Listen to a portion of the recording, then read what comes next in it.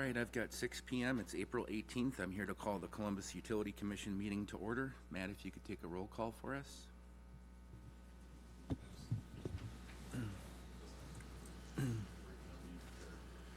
Handler. Here. Handler. Here. Winkler. Here. Beckman. Here. Curtis. Here. Tom. Here. Here. Thank you. This meeting has been noticed in accordance with state statutes and local ordinances. The next item then is to approve the agenda for the evening. Unless there's any alterations or deletions, I'll take a motion to approve. I'll move to approve. I'll second. We have a motion and a second to approve the agenda as presented. Any discussion on the motion? If none, all in favor, please say aye. Aye. Any opposed? The agenda is approved. On to visitors' comments and utility communications. I see no one present this evening for comments or communications, so we'll move on to the consent agenda, which we have the approval of the minutes for the March 21st meeting and the March 28th meeting, the outage report, which we had no outages, the financial reports, which includes the approval of the water, wastewater, and light cash disbursement report and accounts payable report. Are there any questions on any items on the consent agenda? I just have one question. It's a real minimal one. I recognize all the other stuff throughout the years, and it's only a $21 item, but Waterloo Building Center, 5-gallon, delivered with equal empty return. Do you know what that is, or? That's in the cash disbursements. Which report are you looking at? Page 9. Page 9 of the, Okay. and if you don't know, that's fine. I'm pretty sure it's just a, probably deposit return for empty barrels. Okay, I'm just curious. Most likely water or something that was done with the water department or the electrical department. Okay. I'm good. Any other questions on any items on the consent? Reagan, did you have a question? No. Okay.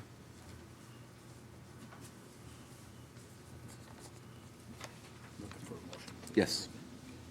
I move to approve tonight's consent agenda. I will second. We have a motion and a second to approve the consent agenda as presented. Any discussion on the motion? If there's no discussion, we need to take a roll call on this, Matt. Hammer. Aye. Winkler. Aye. Beckman. Aye. Curtis. Aye. Tom. Aye. Rule. Aye. Handler. Aye. All right, motion passes. Thank you. We have no unfinished business for this evening, so we move on to new business item number 1, which is recommendation of contractor for project C09-22B substation number 3 construction. There was some information in the packet about the bid opening on this. Jacob, did you want to discuss further? This is the Substation 3 Transinterrupter project. We used Forster Electric to do an assessment of the bids that came in. They received 3 bids. The bid from MJ Electric came in at $88,000. The bid from Michaels was for $214,618.01. And Hooper Corporation came in at the highest at $266,741.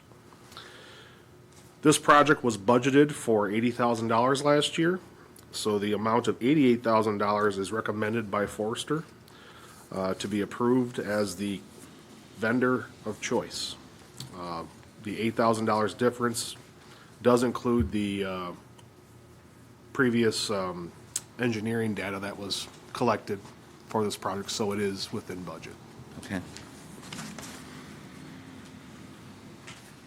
I have one question. In the letter that's in the packet from Forrester, the third paragraph down, it says MJ took several exceptions to the specified terms and conditions, but those exceptions were consistent with exceptions from previous projects. What does that mean? To be honest, I don't know what exactly that means. All I know is that the person that was preparing the bid from MJ Electric has worked with Columbus Utilities in the past. So I assume it was information or terms that, and conditions that they have had accepted in the past and they put forth into their current bid. I'll add that a lot of times companies will have exceptions to standard language that the attorneys argue about, and it appears that these are terms and conditions that MJ's previously objected to and worked with Forrester to resolve in city contracts. So I'm reading it as they have exceptions, we've dealt with their exceptions previously and are still recommending to move forward with them in the work because it doesn't change the project in any way that's detrimental to the city. That was my assumption. I just thought that I would ask if that's the recommendation. Just a comment, MJ Electric is actually the contractor that built that substation in the first place. So. Okay. All right. Any other questions on this agenda item?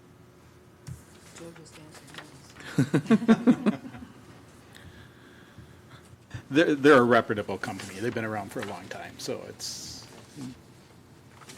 good to work with. So. All right, if there's no further questions, I'll take a motion to approve the recommendation from Forrester. I move to approve the recommendation for MJ Electric from Forrester Engineering. I'll second.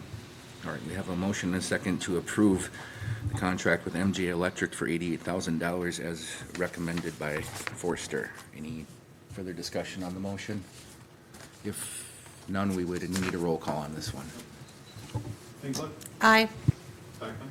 Aye. Curtis? Aye. Tone? Aye. Rule? Aye. Handler? Aye. And Hammer. Aye. Motion passes. Thank you.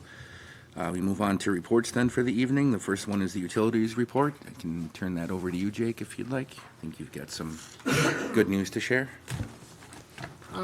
Yes, actually, it was a pretty productive month for the wastewater utility. It was a very positive month for the water utility and the electric utility as well.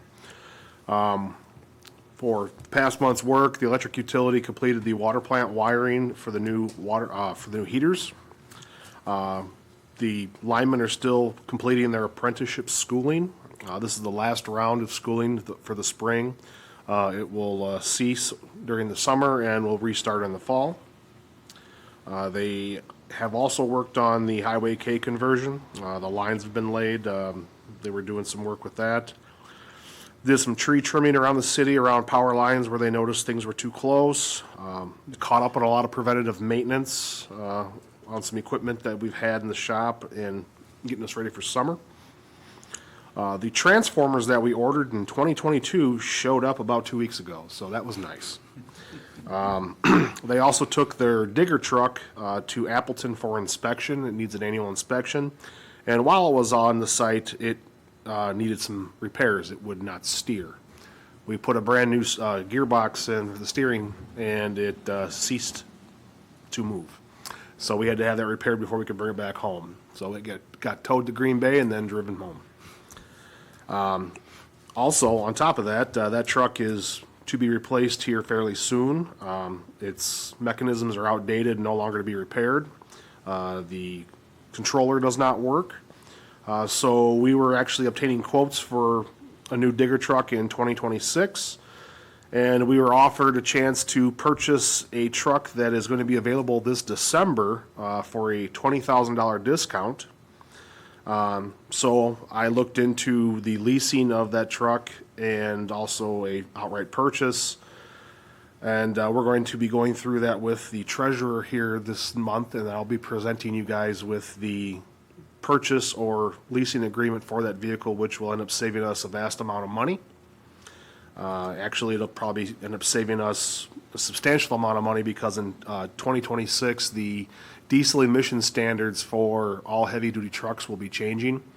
And if anybody knows and remembers what happened during COVID when things started to change and you couldn't get any equipment, the price skyrocketed, which is why we're not paying $130,000 for a Super Duty. And I can only imagine what it's going to do to a heavy-duty truck that everybody's going to need to want before the standard changes. So just looking at positive, trying to plan this for the future, and it looks like it may actually work out in the city and utilities' favor.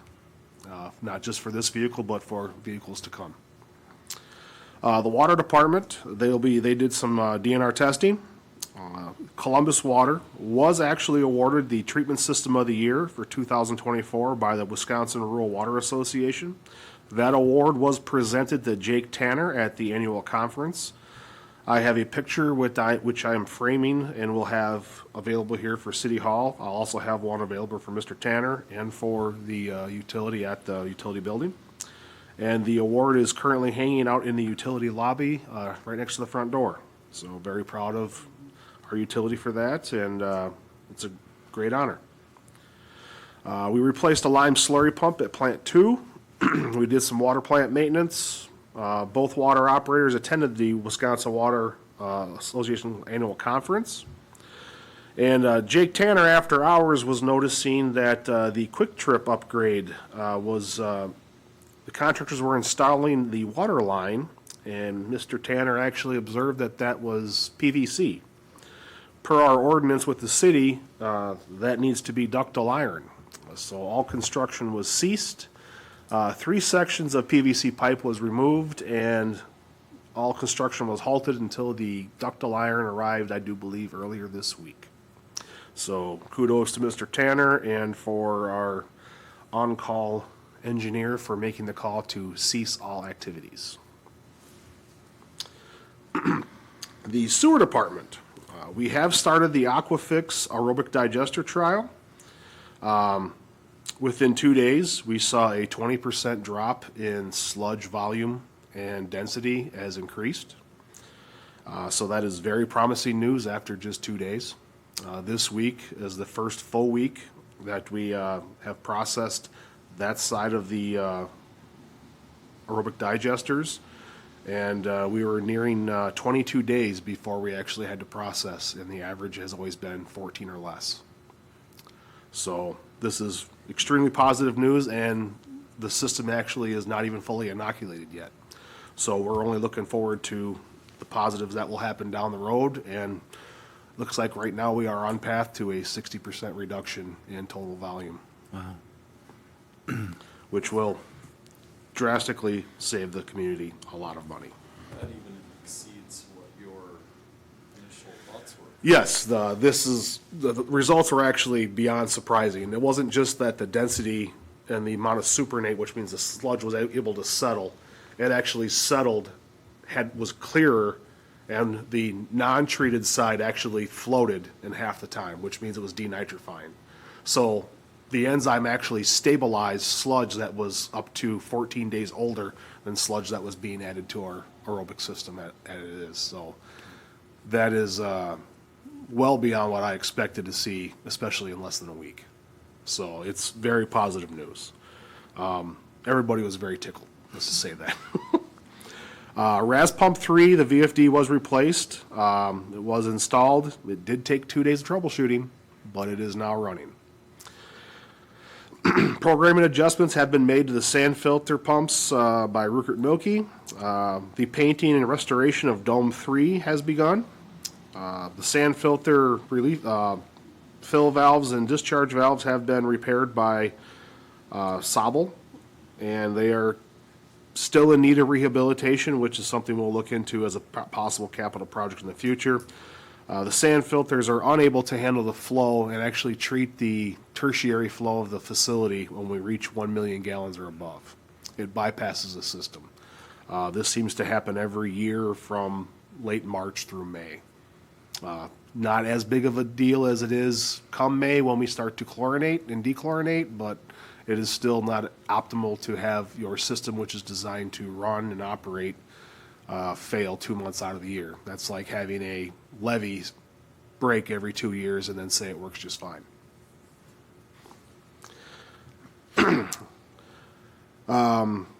There was a severe leak discovered in a manhole at the intersection of James and Water Street. Aqualis, formerly Northern Pipe Incorporated, provided us a quote. Matt here just signed over the approval of that quote. It was less than $3,000, so it did not need commission's approval. But that leak is severe enough that it will greatly reduce our infiltration into the system directly upstream from the wastewater treatment facility. That is one of the largest problems we have, and why we see large increases in flow is the infiltration of the system. Even though work has been done in the collection system, it's an ongoing battle, especially in an older community when you have clay pipes and everything else in the city. And it will be an ongoing battle, and it'll be things we do every year once we get onto a permanent maintenance program. 1901 was on site to perform the boiler water reconnection, so the boilers are no longer connected to plant effluent, they are now on city water. The water softener was also installed, and all that work is now completed and functional. 1901 was also at the wastewater facility and did an HVAC equipment inspection.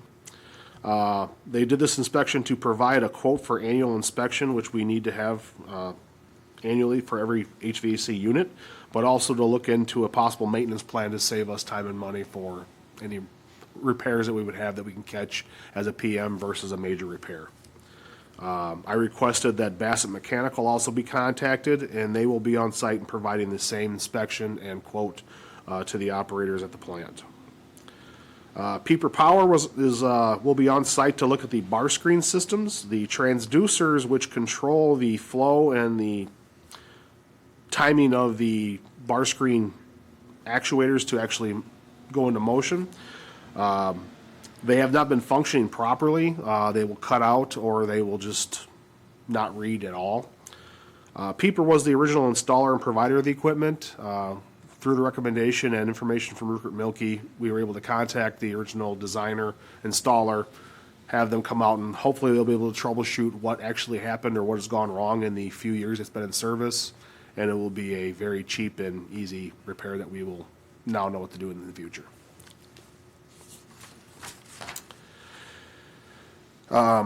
This upcoming month, so in the future here, the electric utility will continue with the Highway K conversion. They'll be preparing and getting ready to start and complete the Substation 3 Transruptor project, which we just agreed upon.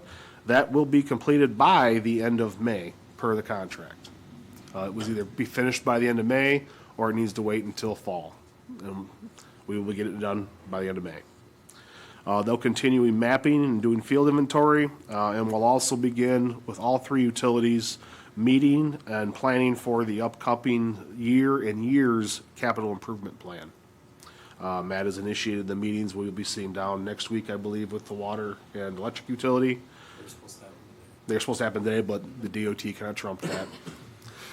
But we will also continue working with wastewater as we discover more and more things that are coming to light at the wastewater facility. We will also be short-staffed here the rest of the month into May with the final tier of the lineman training in Green Bay. The water department, we will have a kickoff meeting for Plant 1 overflow project on April 23rd. May 1st, Reservoir 2 will be drained, cleaned, inspected per the DNR inspection, which is due next year. And this is due to excessive chlorine use at Plant 2 and a low residual in the discharge of that reservoir. What is actually happening is there is enough debris and iron residual in the reservoir that it is actually binding up the free chlorine in the water, which is causing the usage of chlorine from that facility to be extremely excessive. It's actually nearly maxed out, and we're barely meeting our permit required chlorine residual in the discharge. If we were to not do this work and start with the Plant 1 overflow project, we would not be able to maintain the capacity of the system with the proper chlorine dosages. So this project will be completed, taken care of, alleviate the issue. We'll go back to normal operations, and then we can begin the overflow project with hopefully seamless operation. They will be doing state DNR testing. Monthly, they do those. They will continue the lead and copper inventory and hydro vacuuming with the Vector truck. They still need to do quite a few services, and that report is due in October to the DNR. They will still continue to do, install seasonal meters, and they'll be, again, meeting with Matt and I for the capital improvement plan. The sewer department will continue the Aquafix trial. Dome 3 will be completed. The clarifier seal repair will be done by Sabo Mechanical. B&M will replace the mechanical seal on RAS pump number 2 now that RAS pump number 3 is running. The clarifier deck replacement project will begin. I will begin diving into an industrial user document that was provided by Rupert and Milky. I'll start looking at this plan and see how we're going to be able to move forward with our industrial users and how the billing and what is actually currently being inventoried in our system for industrial users. And we'll have to look in and see if we have any new users or who has dropped off, if there has been anything that's dropped off. That will also tie into looking into a pre-treatment / fog program, which will look into the fats, oils, and greases that are entering the system through grease traps, homes, businesses, and that is a number one major concern for us in the wastewater facility when we do not have an anaerobic digester, nor do we have primary treatment. Fog creates massive problems as it's an insoluble organic solid, which the enzyme will help break down, but in excessive amounts of grease can also cause massive problems for equipment and can cause massive sewer backups and pump failures at lift stations. Fog is actually one of the number one causes for failures at 90% of all lift stations in the United States. And it is the number one cause for unexpected expenditures for all communities. So we'll be looking into that and implementing a program to possibly treat, test, or at least document and charge for that. I will be contacting other communities to see how they have initiated their programs and procedures, and we will be working with Rupert and Milky for assistance on that program. The operators will continue to look at failed equipment or inept equipment at the wastewater facility, and they will be preparing to address those either through imminent and immediate repairs or capital improvement plans with myself. Disinfection season begins in May, so we will be chlorinating and dechlorinating our effluent, so we will be fully treating the wastewater to its full capacity. And we will be looking at obtaining bids to jet, televise, and repair leaks and damaged lines in our collection system on a time and materials basis for 2025 and years to follow, as well as the feasibility of our staff to handling the efforts as needed. What this means is, with the vac truck and the televising truck, our crew of 3 operators that we currently have, we would be going out in the system, we would televise, we would jet, we would identify where the problems are, then we would have to hire somebody to come in and go to the same area, cause the same disruption to the community, and then repair the sewer. If we can have one contractor come in, televise, jet, notify us that there's an imminent damage or a need of immediate repair, they can line that sewer as is, charge us for time and materials under a contract, and the disruption to the community, surface streets, and the collection system is minimal, and it allows our operators more time to work in the plant as well as collect samples and do other collection system duties such as the industrial program and fog program, which will make the community money versus spend money. So that is something that I will be looking into also, obtaining some bids from various companies. I believe I'll try to get as many bids as possible, large and small companies, previous vendors, and new vendors to the community, just to get a broad sense of what's available for us and the best options for us, and I'll bring it up forward to everybody here at a meeting. And then, again, we'll begin in our capital plan. And that is all I have. That's all you have? Yeah. I'm a detail junkie. I can't help it. Sounds like the utilities are very busy, so. Sandy mentioned something before the meeting. Did you want to bring that up since it was your discovery? It came to my attention today that it is National Lineman Appreciation Day. and Yes, there were, You'll pass along Yep. our appreciation. we actually had donuts this morning, and our lead lineman does not like donuts. I said, what kind of person doesn't like donuts? It's a little handheld cake. But I guess, okay. He does not like sweets. No, I know, right? Poor I don't know Dalton. if that's the military side of him, I don't know. Could be. So if you want some donuts, they'll be a little dry, but they'll be there tomorrow. I just have a comment. Go ahead, Joe. Just to let everybody know, and you may, do all of you get the WPPI emails on things? So, okay, this is things that we can get forwarded over, but June 5th is they call them 2024 Regional Power Dinners. And June 5th, there's going to be one of the dinners at the Golden Mast Inn in Okauchee Lake. So WPPI sponsors this. This is for managers and for board members, commission members. So I would encourage everybody to attend. I planning on attending. Me too. Cocktails are at 5:30, then there's dinner at 6, and then a program 6:45 to 7:15. These are very good, very informational, and you get to meet other communities, commission members and such. So I encourage everybody to try to attend. WPPI actually invited me to their facility last Tuesday for a quick tour and visit. It was quite informative, and it was nice to see everybody there and be introduced to everybody and see how it all works. It was a pretty amazing facility for someone that used to work in a control room. They have a lot nicer computers than I had. And if you are interested in attending that dinner, just, let the office know, because then they can register you for it, so. We'll make sure that that information gets forwarded to the rest of the commission as well. Great, thank you. All right, if there's nothing else under utility reports, we can move on to future agenda topics. Does anyone have any suggestions for future agenda topics? I have one idea. I know that things were a little confusing in the last week, maybe about what was normal as far as distribution of our packets, and I know the city's moving in a different direction right now, which I'm fine with, but I don't know if we need to discuss it here or we just follow whatever the city's doing. That's why I wanted to bring it up now. So everything is on me. The city hasn't made any decisions yet. Council's discussing this and looking at different options, some that may work for other committees and some options that may not, may just be a council solution. We will go, meetings moving forward will go back to the way they've always been. This was just a vacation, time off, and me picking up and not knowing or following the right way. So we'll make sure that things go the way they've always been moving forward, and unless council gives direction that we move in another direction with subcommittee, with the other committees of the city.